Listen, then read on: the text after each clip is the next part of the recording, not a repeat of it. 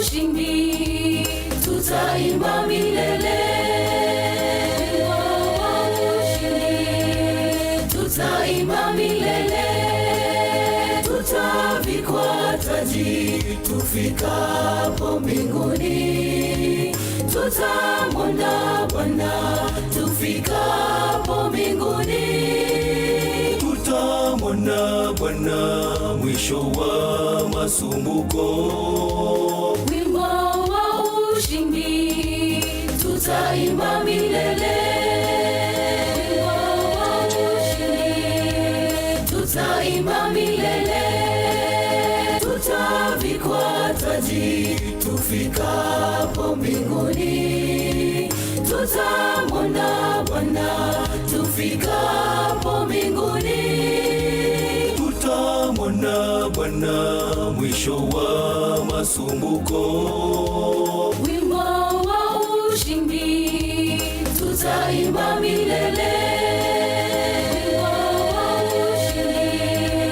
Tutaimba milele, tutavikwa taji tufikapo mbinguni. Tutamwona Bwana tufikapo mbinguni. Tutamwona Bwana mwisho wa masumbuko. Wimbo wa ushindi tutaimba milele. Tutaimba milele.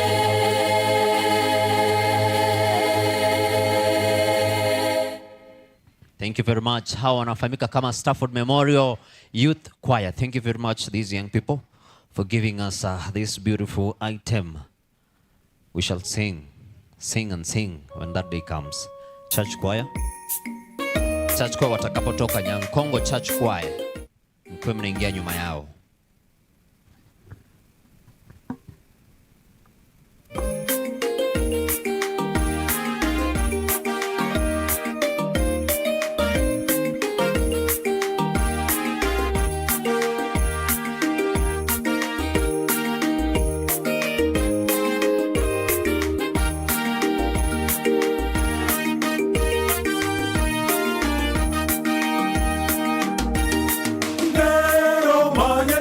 Tukaracho moneno ito.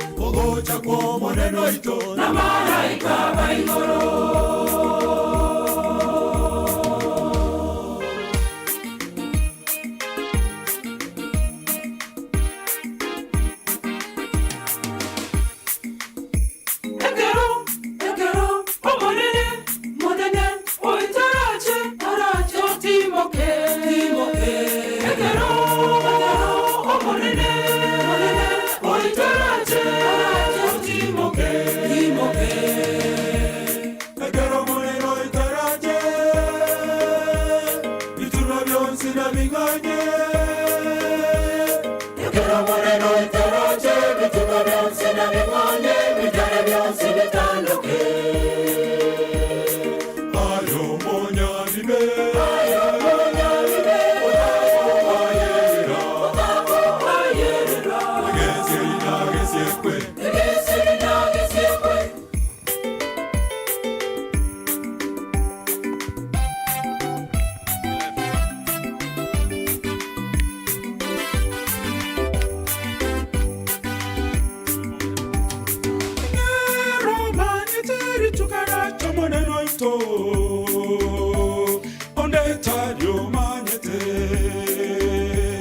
Ondetario magnete Nonya malaika barengoro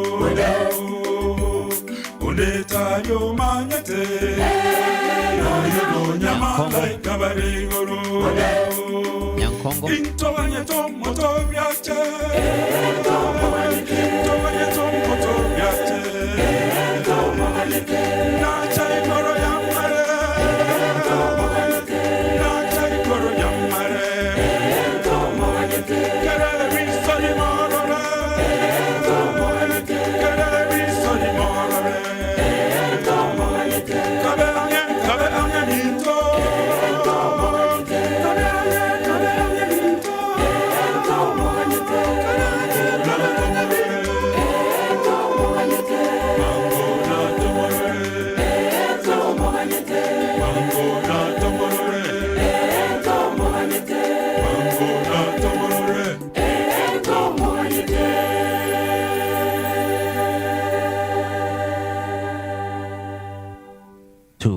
Asante sana Kisii Central Church Choir wanatuambia kwamba ntumuganyete omoneno itache. Yes, we are waiting for our living God to come back again. That's what the church choir have told us. Up front we're having the Nyankongo Church Choir. After the Nyankongo Church Choir watakapomaliza, we shall have our guests speak unto us. Then the program shall follow suit. Karibu sana Nyankongo.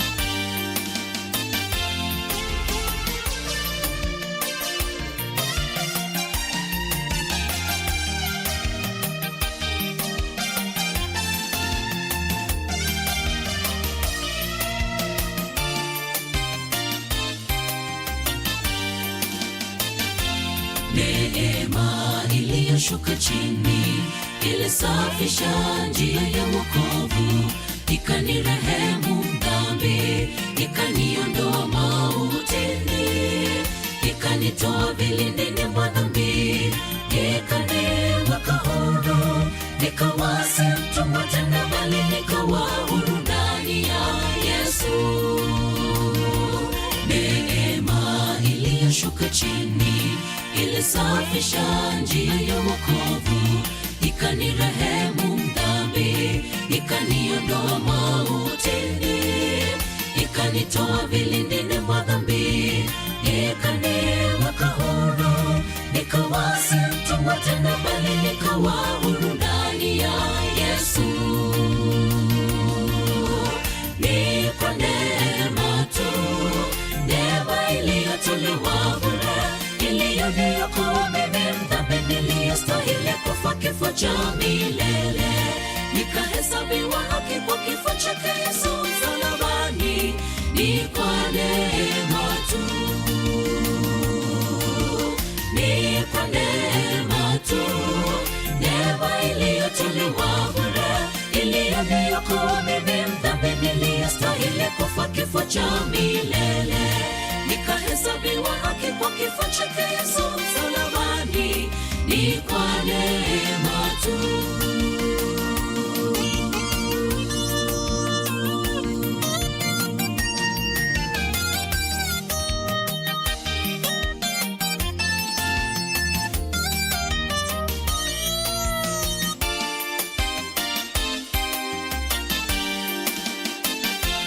Yesu kwa upendo alikufa msalabani kwa ajili yetu, akawa kafara kwa dhambi zetu ili atuondole aibu ya kupotea dhambini milele. Tukahesabiwa haki, maisha tunayoishi si yetu bali twaishi ndani ya Yesu. Yesu kwa upendo alikufa msalabani kwa ajili yetu, akawa kafara kwa dhambi zetu ili atuondole aibu ya kupotea dhambini milele. Tukahesabiwa haki, maisha tunayoishi si yetu bali twaishi ndani ya Yesu. Ni kwa neema tu, neema iliyotolewa bure, iliyoniokoa mimi mdhambi niliyestahili kufa kifo cha milele. Nikahesabiwa haki kwa kifo chake Yesu msalabani. Ni kwa neema tu, ni kwa neema tu, neema iliyotolewa bure, iliyoniokoa mimi mdhambi niliyestahili kufa kifo cha milele. Nikahesabiwa haki kwa kifo chake Yesu msalabani. Ni kwa neema tu, ni kwa neema tu, neema iliyotolewa bure, iliyoniokoa mimi mdhambi niliyestahili kufa kifo cha milele. Nikahesabiwa haki kwa kifo chake Yesu msalabani. Ni kwa neema tu, ni kwa neema tu, neema iliyotolewa bure, iliyoniokoa mimi mdhambi niliyestahili kufa kifo cha milele. Nikahesabiwa haki kwa kifo chake Yesu msalabani. Ni kwa neema tu. Haleluya. Amen. Asante sana Nyankongo kutuambia kwamba ni neema yake niko sasa hivi, kwa kifo chake nilihesabiwa kuwa huru. Asante sana, tumetia kikomo hapo kwa nyimbo, tutaendelea baadaye. Ningependa kuarifu kwamba ikiwa unahitaji kwenda vyumba vya usafi vilivyo karibu hapa, tutembea hadi pale Prisons Gate. Ukiingia ndani utaona female and male, utajisaidia hapo. Asante sana. Ningependa tuombe ili tuweze kuwakaribisha wanenaji. Tuamini na tuombe. Baba Mwenyezi Mungu, asante kwa wasaa huu. Asante kwa vile umetupa sauti njema, tumekusifu. Jina lako liinuliwe na limidiwe milele. Sasa mnenaji atakaposimama ili kunena nasi, Baba, wacha ujumbe wako uweze kufika kwa wana wako ipasavyo. Tumkabidhi mikononi mwako, mtumie jinsi upendavyo. Tumeomba kupita jina la Yesu Kristo aliye mkombozi wetu. Amen.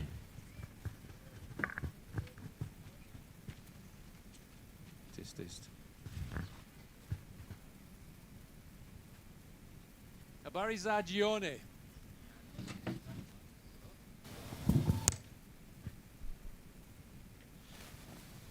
Bwana ni mwema siku zote. siku zote.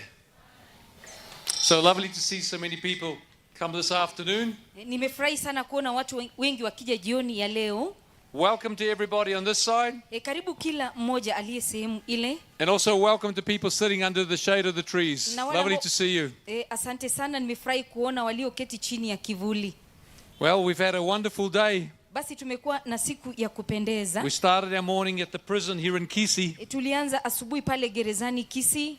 And we were able to see 127 people baptized. Na wafungwa 127 walifanya kubatizwa. To accept the Lord Jesus Christ as Lord and Savior. Walimpokea Bwana Yesu kama Bwana na Mwokozi. And to publicly confess him. Na walipata kukiri wazi. So we know that some people here have also decided to follow the Lord Jesus through baptism. Na tunajua kwamba kuna baadhi ya watu ambao wamefanya kuamua kumfuata Yesu kupitia kwa ubatizo. It's interesting that one of the leaders in the time of Jesus, ni jambo la kufurahisha kwamba miongoni mwa viongozi wakati wa Yesu, his name was Nicodemus. Jina ni Nikodemu.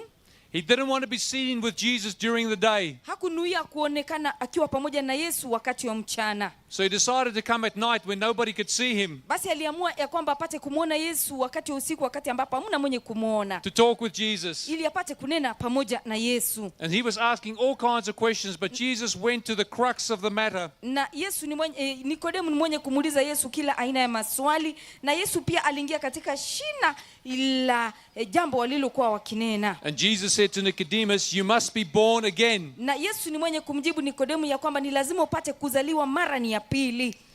To see the kingdom of heaven, you must be born again. Ili upate kuona ufalme wa mbingu lazima ufanye kuzaliwa mara ya pili. So for us to see the kingdom, Ili sisi nasi tupate kuona ufalme, to get the eye so we can see it, ili tupate kuwa na macho ya kuona huo ufalme, we must be born from above. lazima tupate kuzaliwa kutoka juu. When that happens to us, Basi inapotendeka kwetu sisi, we start to desire the kingdom, basi tunakuwa na hamu ya ufalme, because the kingdom of heaven is at hand. maana ufalme wa Mungu ukaribu. And so then in verse 5 of John chapter 3, Basi katika fungu ni la 5 na kitabu ni Yohana 3, Jesus says to Nicodemus, Yesu ni mwenye kunena pamoja na Nikodemu, if you want to enter the kingdom, kama unahitaji kuingia katika ufalme, you need to be born of water and the Spirit. lazima uzaliwe kwa maji na kwa roho. So today, more than 200 people in Kisii prison Basi leo zaidi ya watu 200 katika gereza la Kisii were born of water and the Spirit, and they enter the kingdom of God. walizaliwa katika maji na kwa roho, ili wapate kuingia katika ufalme wa mbingu. And it was the greatest privilege for me to welcome them in and hand them each a Bible. Basi ilikuwa ni fursa yangu ya kipekee kuwakaribisha na kila mmoja kumtunuku na Biblia. There was joy in the prison and there was joy in heaven. Palikuwa na furaha pale gerezani na vile vile pale mbinguni. So we praise God for the mighty work that the Holy Spirit is doing here in Kisii. Basi tunamsifu Mungu kwa ajili ya kazi kubwa ambayo Roho Mtakatifu ni mwenye kufanya hapa Kisii. So today what I want to do is continue what we started last night, Basi siku ya leo tutajifunza kile ambacho tulichojifunza jana jioni, to look at the teachings of the scripture regarding a very, very important topic. kutazama namna ambavyo maandiko yananena kuhusu mada ya muhimu. This topic is one of the two most important topics to know before Jesus comes. Basi hii ni baadhi ya mada mbili ambazo unastahili kufahamu kabla ya kuja kwake Yesu. Well, let me state it again. Hebu sasa tena niseme, Once you've received the Lord Jesus Christ as Lord and Savior, pindi tu unapompokea Bwana Yesu kama mkombozi wa maisha yako, these would be the next two most important things that you need to know. basi hivi ndivyo vitu viwili ambavyo unastahili kufanya kujua. So as we start, I invite you just to join us in prayer, Basi tunapoanza ninawaalika ya kwamba tuwe pamoja katika maombi, and we're going to invite God to bless us here as we meet in the name of Jesus. na tutamwomba Mungu afanye kutubariki tunapokutana hapa kwa jina lake Yesu. Our Father in heaven, Baba yetu aliye mbinguni, all the people here today have come together watu wote walio hapa wamekuja pamoja to worship you with music. ili wapate kukuabudu kupitia kwa nyimbo. You are worthy of our worship. Wewe unastahili ibada, You are worthy of our praise. wewe unastahili sifa, You are worthy of our adoration and love, wewe unastahili heshima pamoja na upendo wetu, because you have not dealt with us according to what we deserve, maana wewe hauna shauku kwa yetu sisi, maana kwa vile vyote ambavyo tunahitaji, nor inflicted the penalty of our sins upon us. na maana wewe ni mwenye kulipa dhambi zetu kwa ajili yetu. But you sent your son Jesus to die for us, Na Bwana ulimtuma mwana wako Yesu afanye kufa kwa ajili yetu, pay the price for our sins so that we can live. akalipa gharama ya dhambi yetu ili tufanye kuishi. And while we find life difficult at the moment, Haijalishi ya kwamba kuna wakati ambapo maisha yanakuwa magumu, we know, Jesus, that you came that we may have life najua Yesu ya kwamba ulifanya kuja ili tupate kuwa na uhai and have it more abundantly. na tupate kuwa nao tele tele. So, Father, we need you to meet with us. Kwa hivyo Baba, tunahitaji upate kukutana pamoja nasi, May your Spirit move amongst us ili Roho yako Mtakatifu amimine miongoni mwetu and teach us regarding this important subject. na tufunze sawasawa na hii mada ya muhimu. Is our prayer in Jesus' name. Ni ombi letu katika jina lake Yesu, And God's people said, na watu wa Mungu wafanye kuitikia Amen. Amen. Amen. So yesterday we spoke a little bit about the second coming of Jesus. Jana tulinena kidogo kuhusu kurudi kwake Yesu mara ya pili, We also spoke about the soul. na vile vile tukanena kuhusu roho, And we discovered in the Bible that there's only one being that has immortality. na tulipata kugundua ndani ya Biblia ya kwamba ni mmoja tu mwenye kuishi milele. And we find nowhere in the scripture that it says that the human soul is immortal. na hamna mahali maandiko inasema kwamba roho ya binadamu ina umilele. We also discovered that Jesus said if you eat from the tree that I've told you not to eat, Na tuligundua Yesu ni mwenye kusema kwamba ikiwa mtakula kutoka kwa tunda nililowakataza, you will surely die. Disobedience leads to death. hakika mtakufa, maana kutotii kunasababisha mauti. But then Satan, speaking through the serpent, said to the woman, Na ibilisi mwenye kunena kupitia kwa nyoka akanena na mwanamke, if you transgress and are disobedient, you won't surely die. ikiwa utafanya dhambi na wewe unakosa kutii, hakika wewe hautakufa. So the Lord said obedience will continue life and immortality. Basi anasema ya kwamba kutii kunafanya maisha yazidi kuendelea, And Satan said disobedience will continue life and immortality. na ibilisi ni mwenye kusema kutotii kunafanya maisha yako nayo pia yazidi kuendelea. Who would you rather listen to? Basi utafanya kumsikiza nani? Well, I'd like to trust God. He is the creator of heaven and earth. Mimi ningependa kumwamini Mungu, maana yeye ndiyo mwenye kuziumba mbingu pamoja na ardhi. And in 1 Timothy chapter 16 verse 15 and 16, Basi kitabu ni cha Timotheo wa kwanza, fungu ni la 6, fungu ni la 15 hadi 16. it tells us that the King of Kings and Lord of Lords alone has immortality. Basi tunaambia kwamba Bwana wa mabwana na mfalme wa wafalme ndiye pekee mwenye kutopatikana na mauti. And if you have your Bibles, let's go to Ezekiel chapter 18. Basi tufungue Biblia zetu na kitabu ni cha Ezekieli sura ni ya 18. Ezekiel chapter 18 and verse 4. Basi kitabu ni cha Ezekieli sura ni ya 18, fungu ni la 4. God as the creator speaks here and he says, behold, all souls are mine. Basi Mungu kama muumbaji ni mwenye kunena hapa na anasema hivi, tazama roho zote ni mali yangu. The soul of the Father as well as the soul of the Son is mine. Kama vile roho ya baba ni mali yangu, ndivyo ilivyo roho ya mwana ni mali yangu. Then this very clear statement, the soul whose sins shall die. Basi pana nukuu hapa ambayo ni wazi ya kwamba roho ile itendayo dhambi itakufa. But Satan said through the serpent to Eve, you will not surely die. Basi ibilisi ni mwenye kunena kwa joka kupitia kwa joka ya kwamba hakika hautakufa. But the Bible is very clear, the soul whose sins shall die. Lakini Biblia ni wazi ya kwamba roho itendayo dhambi itakufa. There is no immortal soul. Hamna roho ambayo inadumu milele. But let's look at the word soul. Basi hebu tutazame hili jina roho. In the Hebrew, which is the original language the Bible was written in, Basi katika Kiebrania, lugha asili ambayo Biblia ilifanya kunakiliwa, the original word there is nephesh. basi jina asili pale ni nefes. Nephesh. Nefesh. So what we want to understand is, what is it about this nephesh that we need to know so that we're not deceived in the future? Basi ni nini kitakachojua kuhusu nefes ili tusipate kuharibisha katika maisha siku zetu za usoni? Because I want to go to the last book of the Bible, the book of Revelation. Maana tunaelekea katika kitabu cha mwisho cha Biblia, kitabu cha Ufunuo wa Yohana. Revelation chapter 16, Basi Ufunuo wa Yohana sura ni ya 16 and we'll read verse 13. na fungu ni la 13. Revelation 16 verse 13, and we read, Ufunuo 16:13 tunasoma, and I saw 3 unclean spirits like frogs nikaona roho 3 za uchafu zilizofanana na viura coming out of the mouth of the dragon, zikitoka katika kinywa cha yule joka out of the mouth of the beast, na katika kinywa cha yule mnyama and out of the mouth of the false prophet. na katika kila kinywa cha nabii wa uongo. Now, who are these unclean spirits? Basi hawa mapepo chafu ni nani? Who is the dragon, the beast, and the false prophet? Basi huyu joka ni nani pamoja na wale manabii wa uongo ni kina nani? Well, if you come back in the coming week, we're going to demonstrate from the scriptures who these 3 beings or identities are. Basi ikiwa mtakuja katika juma lijalo, tutapata kuona katika maandiko hivi viumbe vitatu ni kina nani. But we'll identify the 3 unclean spirits Lakini sasa hivi tutatazama wale roho watatu chafu. in verse 14. Basi wamo katika fungu ni la 14. It tells us they're the spirits of demons. Basi inatuambia kwamba hizo ni roho za mashetani. But what is a demon? Basi mapepo ni nini? Demons are angels that used to be good but then fell for Lucifer's lies. Basi hawa ni malaika waliokuwa wema lakini wakapata kuanguka, maana Lucifer ni mwenye kuwadanganya. These once good angels have become evil angels. Basi hawa malaika waliokuwa wema sasa hivi wamekuwa malaika And we wovu. refer to them as demons. Basi tunawaita mapepo. But what do they do? Basi kazi yao ni gani? They perform signs and wonders. Wao ni wenye ishara na miujiza, And they go out to the kings of the earth and of the whole world. na wanaelekea katika wafalme wa mbingu na hata katika ulimwengu mzima. For what purpose? Kwa kusudi lipi?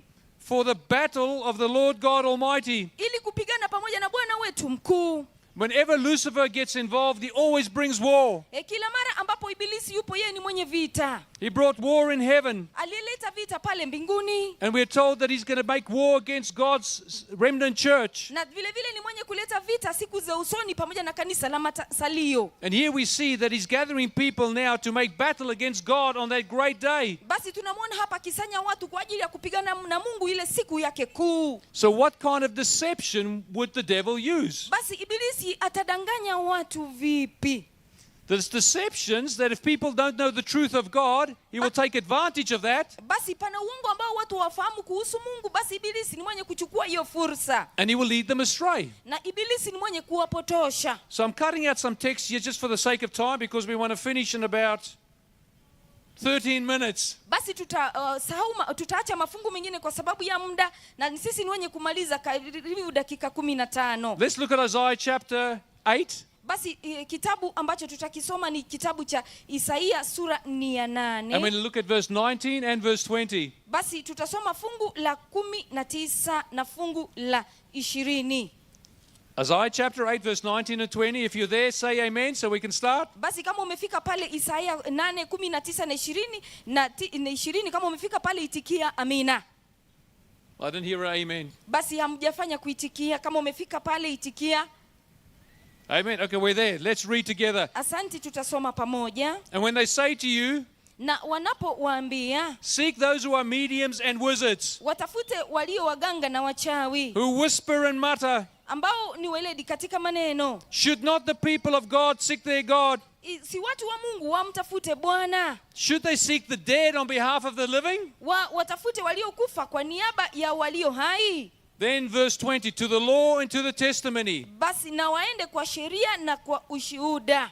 The law is the first 5 books of the Bible. Basi sheria ndiyo kitabu cha vitabu 5 vya kwanza vya Biblia. And the testimony is the testimony of the prophets. It's the rest of the Old Testament. Na ushuhuda ni ushuhuda wa manabii, na ndio uliosalia katika lile agano lingine. It is if they speak not according to this word, Basi ikiwa hawasemi sawa sawa na neno hili, there is no light in them. bila shaka kwao hapana asubuhi. So whenever somebody comes with any doctrine or teaching, Basi kila wakati mtu anapokuja na mafunzo, or they want you to go and speak to the dead, na wangependa upate kunena na waliokufa, we got to see what the Bible says about it. basi hebu tutazame Biblia inasema nini kuhusu hayo. Because there are spirits of demons trying to deceive the whole world. Maana hayo ni mapepo ambayo yanaendelea kudanganya ulimwengu. So what is a soul? Basi roho ni nini? We need to answer that question if we say a soul is not immortal. Basi tutajibu hilo swali tunaposema kwamba roho haidumu milele. Well, let's go to the book of Genesis, Basi tutaingia kitabu ni cha Mwanzo. the book of beginnings. Basi kitabu ni cha I just want to tell you something in regards to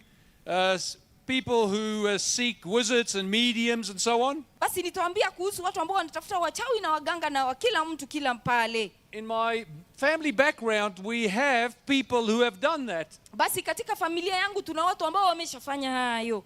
My grandmother could tell fortunes. She could tell the future. Nyanyangu ama bibi yangu ni mwenye kuambia watu siku za usoni. She would read tea leaves and tell people what would happen. Basi angesoma majani na waambia mambo ambayo wangefanya kutukia. But the Bible says don't go and talk to mediums like that. Basi Biblia inasema usijihusishe na mambo sawia na yale. And I had an aunt, she was older than my dad. Na mimi shangazi yangu ambaye ni mkubwa zaidi ya babangu, She had a familiar spirit with her. alikuwa na roho sawia na huyo. They say that someone had died in their house, Basi walikuwa wanasema kuna mtu aliyekufa katika nyumba and yao, the spirit of the dead person would keep on coming in their house and visiting with them. na roho ya aliyekufa ni mwenye kuja kuwatembelea. So for example, they would listen to their radio station, Kwa mfano wangesikiza stesheni pale kwenye redio, and then without seeing anybody, the radio station dial would turn onto another station. na wangemsikiza na tena kugeuza mpaka stesheni nyingine, And they'll go back and turn it back. na tena wangerudi tena wageuze kwa ile stesheni nyingine, And then by itself, it will turn again and go to the previous radio station. na redio tena yenyewe ingejigeuza tena ende katika ile stesheni nyingine. So they lived with this spirit in their house for 2 years. Na huyu roho alifanya kuishi katika ile nyumba miaka ni miwili.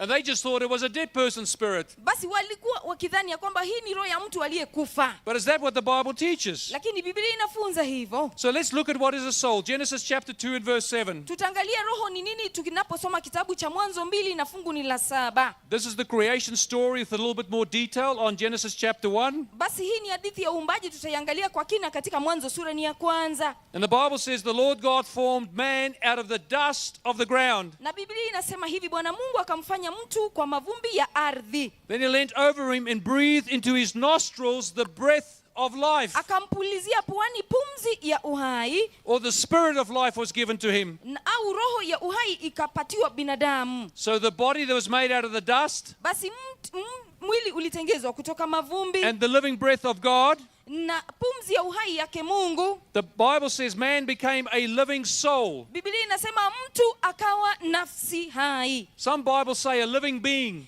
Tafsiri zingine inasema mtu akawa binadamu mwenye uhai. But that word soul or being is nephesh. Basi hilo jina ni nefesh. It means soul. Basi ina maana ya kwamba neno roho. But do you know that word soul that people say is immortal Basi unajua watu wanaposema kwamba roho ina umilele, is also used for the animals in Genesis chapter 1 verse 20 and 21. basi inatumika pia katika wanyama katika Mwanzo 1:20 pamoja na 21. When God says let the waters abound with the abundance of living creatures, Bwana Mungu anaposema hivi ya kwamba na maji yapate kujaa na kila wanyama nyangumi, it says nephesh for those living creatures in the waters. basi jina hili nefesh ni kwa ajili ya wale wanyama walio kwenye bahari. So does a fish have a soul? Basi samaki wana roho. Let's go to verse 24 of Genesis 1. Hebu tuingie katika fungu la 24 na Mwanzo ni 1. This is now talking about land animals and cattle. Basi inanena kuhusu ng'ombe pamoja na wanyama walio katika ardhi. And God said, let the earth bring forth living creatures according to its kind, cattle and creeping things. Mungu akasema nchi na izae kiumbe hai kwa jinsi yake, mnyama wa kufugwa nacho kitambaacho. Again, living creatures is nephesh. Basi ili jina pia ni nefesh. They are living souls. Basi ni roho ambaye ina uhai. But what is a soul? Basi roho ni nini? It is the body Basi ni mwili plus the breath, pamoja na pumzi, which is a soul. ndizo zinaleta roho. A soul is not what you are. A soul is not what you have, it's what you are. Basi roho si kile ambacho uko nacho, bali ni kile ambacho wewe ndicho.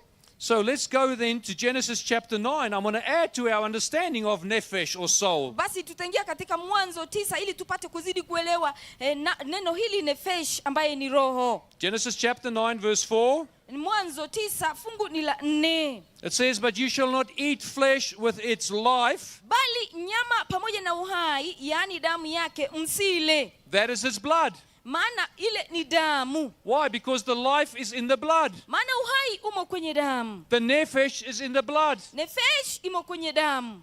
Nephesh or soul is our life. Basi nefesh ama roho ndio maisha It is our yetu. consciousness. Basi ndio dhamira yetu. But there's no unconsciousness in death. Basi hamna dhamira unapokufa. Because in death the soul ceases to exist. Maana unapokufa roho haishi tena. I've always been very curious about this. Basi mimi nimezidi kuwa makini katika hili jambo. If you knock someone on the head and you knock them out, Basi unapogonga mtu unapate kupoteza fahamu. they're unconscious and they know nothing. Wao wamepoteza dhamira na hawajui lolote. But if you hit them very hard and you kill them, Na upate kuwagonga vilivyo na wapate kuondoa maisha yao. there are some people saying that they know everything. Basi kuna watu ambao wanasema wanajua kila kitu. That doesn't make any sense to me. Basi hiyo haileti maana kwangu mimi.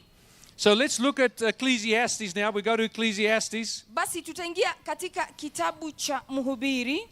And it tells us in regards to the animals, which are called a soul, Basi hiki kitabu kitanena kuhusu wanyama and the birds in the air and the fish that are called soul, pamoja na ndege na samaki walio majini ambao pia wana roho, and man that's called a soul. na vile binadamu ambaye pia anaitwa roho. Ecclesiastes chapter 3 verse 19 says, Basi Mhubiri sura ni ya 3 fungu ni la 19, Biblia inanena hivi: for what happens to the sons of men also happens to animals. kwa maana linalowatukia wanadamu linawatukia wanyama. One thing befalls them. jambo moja la watukia, As one dies, so dies the other. anavyokufa huyu ndivyo anavyokufa huyu. Surely they all have one breath. Naam, wote wanayo pumzi moja. Man has no advantage over the animals. Wala mwanadamu hana kitu cha kumpita mnyama. Verse 20, they all go to one place.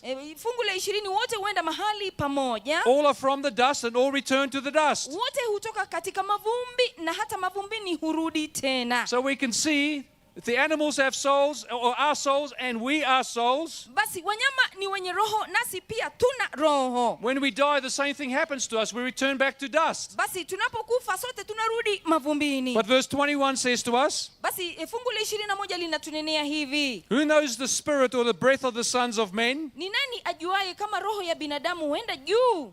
which go upward? Ni nani ajuaye kama roho ya binadamu huenda juu? So in other words, the breath that God gives us returns back to him. Maana roho ambaye Mungu mwenye kutupa inarudi kwake. It says breath or spirit, but not soul. Basi inasema roho, And of the animals, which goes down to the earth. na ya wanyama huenda chini. Okay, so let's look at some other texts. We just want to go through these texts very quickly. Hebu tuangalie haya Let's- mafungo kwa haraka. Let's stay in Ecclesiastes. Ecclesiastes chapter 9. Basi tutadumu katika kitabu cha Mhubiri sura yake ni ya 9. And we'll look at verse 9 to verse 5. Basi tutaangalia fungu la 9 tena la 5. And the Bible says, for the living know they will die, Basi Biblia inasema kwa maana waishio wanajua kuwa watakufa, but the dead know nothing. lakini wafu hawajui neno lolote. Why is it that some people say if you knock someone on the head hard enough and they die, they know everything? Basi mbona wengine waseme ikiwa utamgonga mtu kwenye kichwa na afe, ni yeye anafahamu kila jambo? That's certainly not in the Bible. Basi hiyo haimo kwenye Biblia, And it says there they have no more reward, ya kwamba hao hawana ijara tena, for their memory of them is forgotten. maana kumbukumbu lao limesahauliwa. Also their love, their hatred, and their envy have now perished. Mapenzi yao na machukio yao na husuda yao imepotea yote pamoja, Nevermore will they have a share on anything done under the sun. wala hawana sehemu tena katika jambo lolote lifanyikalo chini ya jua. But some people say that when the dead die, Basi pana watu ambao wenye kusema kwamba mtu anapokufa they either go to hell or they go to heaven. aidha wataenda kuzimuni ama wataelekea mbinguni. And that there are now many people in heaven praising God when they're dead. Na pana watu wengi ambao walishakufa na sasa hivi kazi yao ni kumsifu Mungu pale mbinguni. But let's go to Psalm 115 verse 17. Basi tutaingia katika Zaburi 115 na fungu ni la 17. Psalm 115, Zaburi 115 and it tells us verse 17. na fungu la 17 linanena pamoja nasi. And the Bible says the dead do not praise God, Biblia inasema hivi, sio wafu wamsifue Bwana, nor any who go down into silence. wala wowote washukao kwenye kimya. While we're in the book of Psalms, let's go to Psalms 146. Basi tutaendelea katika kitabu hicho hicho cha Zaburi 146 And verse 4. na fungu ni la 4. Psalm 146 verse 4, and the Bible says the Spirit, His Spirit departs. Basi Zaburi 146 fungu la 4, Biblia inasema pumzi yake hutoka, And He returns to the earth. hurudia udongo wake. In that very day His plans perish. Siku hiyo mawazo yake yapotea. There's no more planning for Him. It's over. Hamna mipango tena kwake, maana yote yamekamilika. Let's go to Ecclesiastes chapter 12. Basi tunaingia katika kitabu cha Mhubiri Verse 12, chapter 12, verse 6 and 7. Basi kitabu ni Mhubiri fungu ni la 12. The Bible says, remember your Creator before the silver cord is loosed. Mhubiri 12:6 na 7 inasema kabla haijakatika kamba ya fedha, mkumbuke muumbaji wako. Or the golden bowl is broken. Mkumbuke muumbaji wako. Or the pitcher shattered at the fountain. Au kuvunja bakuli la dhahabu. Or the wheel broken at the well. Au gurudumu kuvunjika birikani. That says, then the dust will return to the earth Nayo mavumbi kuirudia nchi, as it was, and the Spirit kama yalivyokuwa, nayo roho will return to God who gave it. kumrudia Mungu aliyeitoa. About 20 years ago or so, Miaka 20 hivi iliyopita, I had to go in for a back operation. basi mimi nilikuwa nimeenda kwa ajili ya upasuaji wa I mgongo. was punching a nerve in my lower back and I was struggling to walk. Palikuwa na mshipa katika mgongo wangu ulikuwa na tatizo, na nilikuwa na tatizo katika kutembea. The sciatic nerve was pinching and I had pain right down into my leg. Basi uchungu ukazidi kuteremka hadi katika mguu wangu wa kulia. And I went in finally for operation. They couldn't fix me any other way. Basi mimi nikaenda kwa ajili ya upasuaji na kweli hawakuweza kunisaidia. And as I went into the operation room, they had an anesthetist. Basi nilipoingia pale katika chumba cha upasuaji, walikuwa na dawa ya kunidunga ili nifanye kupoteza fahamu. And as they injected the anesthetic for me to go asleep, Basi waliponidunga hilo sindano ili nipate kulala, I said, should I try and resist it to see how strong your anesthesia is? See how long I can stay awake? basi nikasema mimi nitajitahidi vilivyo, nitafungua macho nione kama hii dawa itafanya kazi. And the anesthetist said, no, just relax and count back from 10 down to 1. Basi wakaniambia hebu tulia tu, wewe tulia tu, utoke kutoka saa 4 hadi saa 7. I'm counting 10, 9, 8, 7, 6. Mimi nahesabu 10, 9, 8, 7, 6. And when I got to 6, they said, wake up. Nilipofika nambari 6 wakaniambia amka. They said, the operation is over. Wakaniambia tayari tumeshamaliza kukupasua. Yeah, but I'm still counting to 6. Lakini bado mimi ni mwenye kuhesabu hadi 6. I had been on the operating table for over an hour and a half. Tayari nilishakuwa katika ile meza ya upasuaji saa 1:30. And in that time, I knew nothing about the passage of time. Basi huo wakati mimi sikufahamu lolote kuhusu muda. So when we die, it's like that. Basi tunapokufa ni sawia na hayo. When we breathe our last and our brain stops working and our heart stops beating, Basi unapotoa pumzi yako ya mwisho na roho yako inaacha kudunda na mawazo yako yanatulia, the brain will switch off basi ubongo wako utakata and it won't switch on again until Jesus comes. na hamna mwenye kuwasha hadi Yesu atakaporudi. So that is what death is. That's why the Bible calls it a sleep. Basi hiyo ndio maana ya kifo na Biblia inaita usingizi. I think it's over 40 times in the Bible that death is called a sleep. Basi ni zaidi ya mara 40 katika Biblia kifo kinaitwa usingizi. You are unconscious. You don't know anything. Wewe umepoteza dhamira, maana hufahamu chochote. But that's why the Bible then tells us not to speak to the dead. Basi ndiposa Biblia inafanya kutuonya kwamba tusinene na waliokufa. Not because the dead are alive, Si kwamba waliokufa wana uhai, but because demons can masquerade as our dead. maana mapepo ni yenye kujifanya ya kwamba hao ndio wafu. Man was attending a program similar to this only a few years ago. Basi pana jamaa mwenye kuhudhuria kipindi sawia na hiki miaka michache iliyopita. And the evangelist from the front used the same text and explained to them that there's no immortal soul and that the dead know nothing. Na mwinjilisti pale mbele akawanenea ya kwamba hamna roho ya kuishi milele na wafu hawajui chochote. And this man was still mourning the death of his wife. Na huyu mwanaume ni mwenye kuomboleza, manake mke wake alikuwa ameshaaga. She had only died 3 weeks earlier. Alikuwa ameshaaga majuma matatu awali. And that night as he got home Na huo usiku alipofika nyumbani and he opened the door, na ni mwenye kufungua lango lake, there was his wife waiting for him. akampata mke wake anamsubiria pale. And when he saw her, was so excited to see her again. Basi alipomwona mke wake tayari ameshafungua macho anamtazama, But then he remembered what the word of God said. lakini akakumbuka neno la Mungu lasema nini.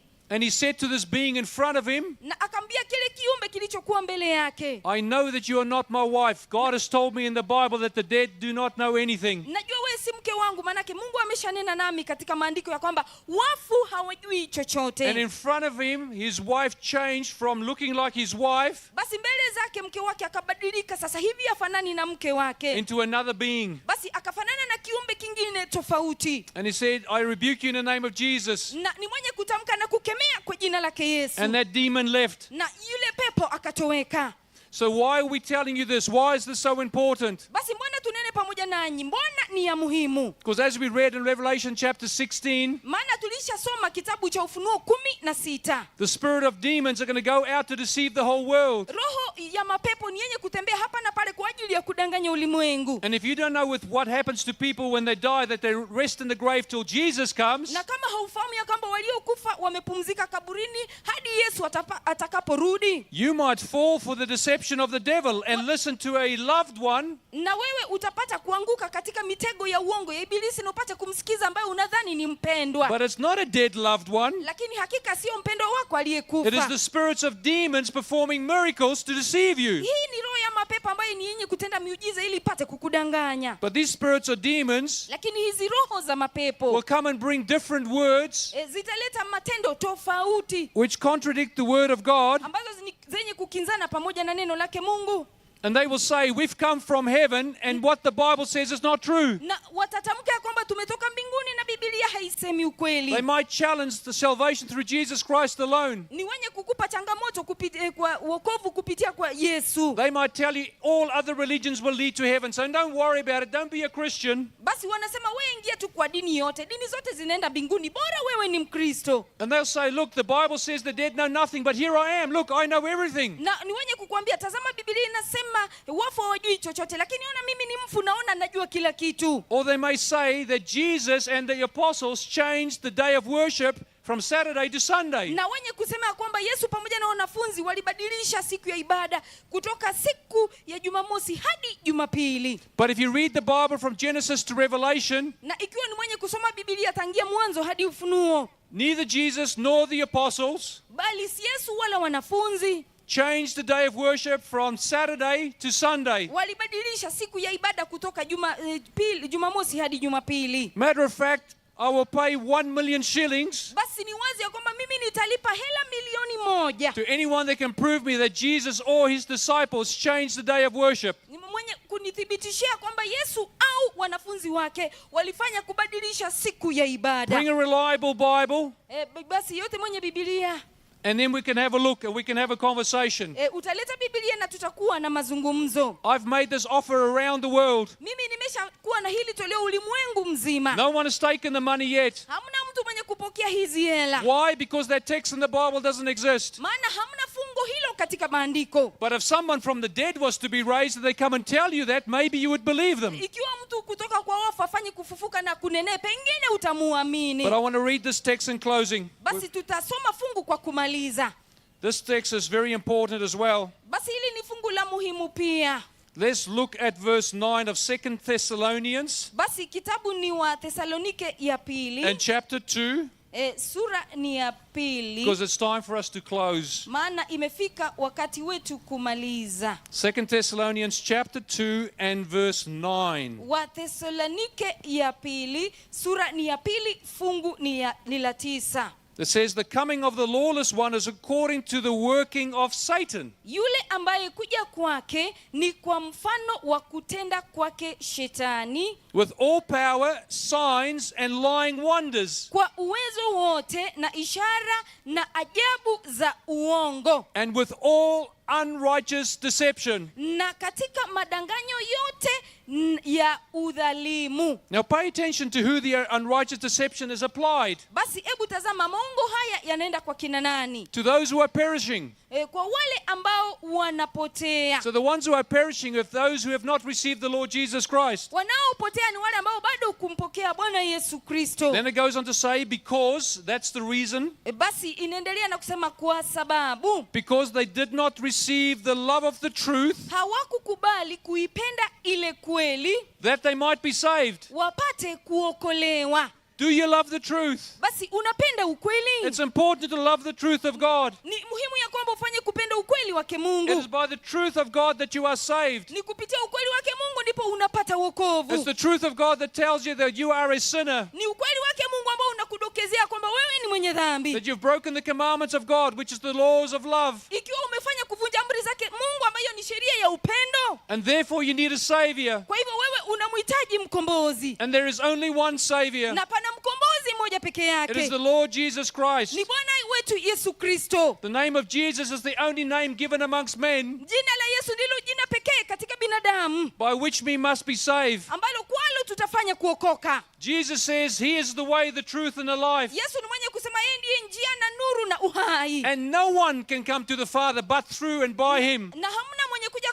kwake Baba ila kwake yeye na kupitia yeye. So these people have not received the love of the truth. Kwa hivyo hawa watu hawajapokea ukweli ulio katika Then upendo it says that they might be saved. ili wapate kuokolewa. For this reason, therefore, Kwa sababu hii God will send them strong delusion. basi Mungu ni mwenye kuwatumia maongo ya ajabu. He will permit the demons and Satan to deceive the people because they do not love his truth. Ni mwenye kufanya ibilisi pamoja na mapepo yafanye kuwadanganya, maana hawapendi ukweli. God will send strong delusion that they should believe the lie, Mungu atatuma maongo ya kweli ili wapate kuamini ukweli, that they may be condemned. ili wapate kupata hukumu. Who did not believe the truth, Waliokosa kuamini ukweli, but had pleasure in unrighteousness. lakini raha yao ni katika kutotenda haki. Well, all unrighteousness is sin, the Bible tells us. Basi kila kukosa haki ni dhambi, Biblia imeshanena. And that's in 1 John chapter 5. Basi Yohana ya kwanza 5. But Jesus Christ came to set us free from unrighteousness. Yesu ni mwenye kuja kutufungua huru kutoka kwa kukosa haki. He came to set us free from the deceptions of the devil. Alikuja kutuweka huru kutoka kwa uongo wake ibilisi. And the devil is clearly a liar. Na hakika ibilisi ni muongo. So today's question is very simple to you. Basi swali la leo ni mboga kwako wewe.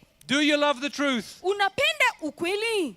Can you love truth? Basi waweza kupenda ukweli? What if truth was a person? Basi iweje ya kwamba ukweli ungekuwa mtu? Jesus says he's the way, the truth and the life. Yesu ni mwenye kusema kwamba yeye ndiyo njia, yeye ndiyo ukweli na yeye ndiyo uzima. Well, then if you love the Lord Jesus, you must love truth also. Basi kama unampenda Yesu, lazima upende ukweli. Get to know him, get to know his teachings. Pata kumjua Yesu, pata kufahamu mafunzo yake. That is your only hope to be set free from deception. Ili ndio tumaini lako la kipekee, ili upate kufunguliwa huru kutoka kwa uongo. So today, would you make a new commitment to Jesus Christ and his truth? Basi leo utajitoa tena upya kwa Yesu pamoja na ukweli wake. Because the truth of Christ is marching on. Maana ukweli wa Kristo hauko peke yake. Glory, glory, hallelujah. Glory, utukufu na utukufu na The haleluya. truth of Jesus is marching on, and he wants his people to get into step and march along. Basi ukweli wa Yesu ndio unatembea aste aste, na angependa tupate kujiunga katika huo ukweli. Why? Because the kingdom of heaven is at hand. Mbona? Maana ufalme wa Mungu ukaribu. So friends, if you want to accept the truth of Jesus, Basi marafiki, ikiwa unaendelea kutafuta ukweli wa Yesu, to say that you love the truth of Jesus, unasema kwamba unapenda ukweli wake Yesu, which will help you against the strong delusions, ambao utakusaidia dhidi ya maongo mengi. please stand with us so we can close in prayer. Tafadhali nyanyuka pamoja nasi ili tutamatishe kwa maombi. And as you stand, brothers, it'll be nice, and sisters, that we come close together to pray. Na tunaposimama, ndugu na dada, itakuwa vema tuje hapa mbele kwa ajili ya maombi. I am told that most churches, Ninanenewa hivi ya kwamba makanisa mengi, maybe more than half, pengine zaidi ya nusu, teach that the soul is immortal. wanafunza ya kwamba roho ina umilele. Now, I only use some text this evening to show you that the soul is not mortal. Mimi nimetumia baadhi ya vifungu kuonyesha kwamba huu moyo hauna umilele. That when a person dies, they go into the grave and they're unconscious until they are resurrected again. Mtu anapokufa, yeye ni mwenye kwenda katika kaburi na anapoteza dhamira hadi siku ambayo Kristo ni mwenye They kurudi. sleep without any consciousness of time. Wanalala pasipo fahamu yoyote ya muda. While we living go on and time ticks on 1 second after another, Na sisi tunapoishi na muda unazidi kuyoyoma sekunde baada ya nyingine. and we may mourn their loss, Tunaweza kuomboleza kwa ajili ya waliokufa, but they have no consciousness of time, just like when I was on the operating table. na wao hawana fahamu namna nilipokuwa katika kile kitanda cha upasuaji. And so they will not be made perfect apart from us. Basi wao hawatafanya kuwa kamili ila sisi. And as I read to you last night in 1 Thessalonians chapter 4, Na nilipowasomea jana jioni wa Thesalonike ya kwanza sura ni ya 4, the dead won't be left in the grave and we will go to heaven apart from them. basi watakapofufuliwa tutaenda na kufika hewani pamoja na wao. Both the raised dead and the righteous living will meet the Lord in the air. Waliokufa pamoja na walio hai watakatifu watakutana pamoja na Bwana hewani. And only those who love the truth, Ni wale tu wenye kupenda ukweli, that they might be saved, will be the ones that meet the Lord in the air. watakaokombolewa ndio watakaokutana pamoja na Bwana pale hewani. So this church is the one that teaches the truth of God in regards to all matters. Basi hii kanisa ndio inafunza ukweli wa Mungu, haijalishi chochote kile. The Bible has the authority, Biblia ina mamlaka, and the authority of the Bible comes from the Holy God. na Biblia na mamlaka ya Biblia yanatoka katika Mungu wetu mtakatifu. So this is not our truth. Basi huu sio ukweli wetu. It is God's truth. Ni ukweli wake Mungu. We are students of His truth. Sisi ni wanafunzi wa ukweli And they're merely wake. witnesses for it. Na sisi pia ni mashahidi kwake yeye. Too many people act like they're gurus and they want to have followers come after themselves. Watu wengi wana mafunzo potovu na wanataka wanafunzi wapate They want to kuwafuata. enrich themselves. Wangependa kujitajirisha wenyewe. But we're not asking for your money. Lakini sisi hatukuombi hela zako. As if pleading on behalf of God, Mimi nasihi kwa niaba yake Mungu. we're asking you to accept the Lord Jesus Christ and His teachings. Tunakuomba umpokee Bwana Yesu Kristo na mafunzo Is yake. there anyone here that would like to recommit their lives to the Lord? Pana yote hapa ambaye angetoa tena maisha upya kwake Praise God Mungu. bless you. Is there anybody here that wants to make a brand new commitment to God? Mungu akubariki yote ambaye pia angetaka maisha mapya pamoja na Mungu. Pastors, do we have the little forms to hand out? Little slips? Kama There's a tuna little paper karatasi, you can fill tafadhali in. peana. Endelea kupeana karatasi. And the paper is there for 3 reasons. Na karatasi iko pale kwa sababu 3. One is to say, I want to get baptized. Ya kwanza ni kuitikia kwamba naam nimekubali kupokea And ubatizo. publicly confess that I give my life to the Lord and I believe in Him. Na nikiri wazi ya kwamba nampatia Mungu maisha yangu na namwamini yeye. The other one is, I have been baptized in the past, but I've walked away from God. Ya pili ni kwamba nilishabatizwa lakini nilifanya kuenda mbali na Mungu. But I want to recommit my life and be rebaptized. Na ningependa kujitoa upya ili nipate kupokea ubatizo. And the third one is, Na ya I am tatu, interested, but I still have some questions. ya tatu ni kwamba mimi nimefurahia lakini bado nina maswali. So please fill out those little cards Tafadhali utajaza zile kadi ndogo and ndogo. put your name down. Nakili jina lako pale. And then we can get in touch with you. But if you have questions, we can answer you. I've got 2 questions that came last night. I will answer them tomorrow when we come back. Tutawasiliana nanyi na jana jioni tulipata maswali mawili ambayo tutafanya Is kuyajibu there anybody kesho. else who would like a little card? Kuna yote ambaye angependa Just kadi raise your hand. ndogo. We'll make sure you get one. Nyanyua mkono ili upate kadi ndogo. Okay, there's one just over here as well. Pana moja pale Just on karibu. my right-hand side. Katika mkono wa kuume. On your left. Pale katika mkono wako wa kushoto. Thank you, thank you. Asante, asante. Well, brothers and sisters, Ndugu pamoja na dada. this is a simple teaching from the scriptures. Basi haya ni mafunzo ya wazi kutoka kwa But it's maandiko. so important because when dead loved ones appear to us, Basi ni ya muhimu manake wapenda wetu waliokufa we know wanapotuonekania. that's contrary to the teachings of the Word of God. Tunajua inakinzana na mafunzo yake Mungu. Rebuke that demon because it's not your loved one. Kemea ile pepo manake huyo si mpendwa They're wako. resting in the grave until Jesus comes. Wao ni wenye kupumzika kwenye kaburi hadi Yesu afanye kurudi.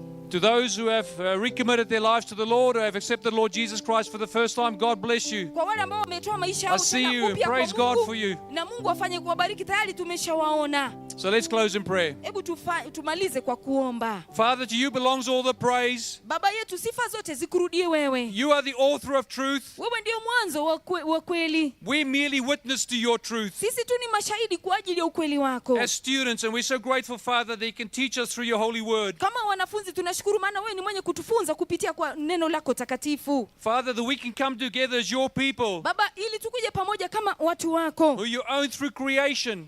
Kiumbe ambavyo wewe ni mwenye kuumba. And since we've walked away, you've brought us back through redemption, Na tangia tulipootea mbali tena umeturejesha kupitia kwa ukombozi. through the Lord Jesus Christ. Kupitia kwa Bwana wetu Yesu Kristo. We are so grateful that Jesus is the way, the truth, and the life. Tunashukuru sana maana Yesu ndiye njia, ndiye ukweli na ndiye uzima. He's the only one we want to follow. Ndiyo yeye pekee tunastahili kufuata. He's the only one that give us life. Ndiye mwenye pekee kutupa uzima. He's the only one that wants to protect us from Satan and his deception. Ndiye pekee wa kutukinga dhidi ya mwovu pamoja na maongo So yake. from the bottom of our hearts, we say thank you. Katika kina ya mioyo yetu tunakushukuru Baba. God, we worship you and we love you. Baba, tunakuabudu na tunakupenda. Thank you for caring enough for us to set us free from deception. Asante maana umetujali sana hata ukatufungua huru kutoka kwa maongo. And as your people, we thank you Na kama watu wako tunakushukuru. and we say, thank you, Lord Jesus. Na tunasema asante Bwana Yesu. And we close our prayer in Jesus' name. Na tumemaliza ombi katika jina lake Yesu. And God's people said, Na watu wa Mungu wafanye kuitikia. Amen, amen. Amen. God bless you all. Thank Asante you. na Mungu awabariki nyote.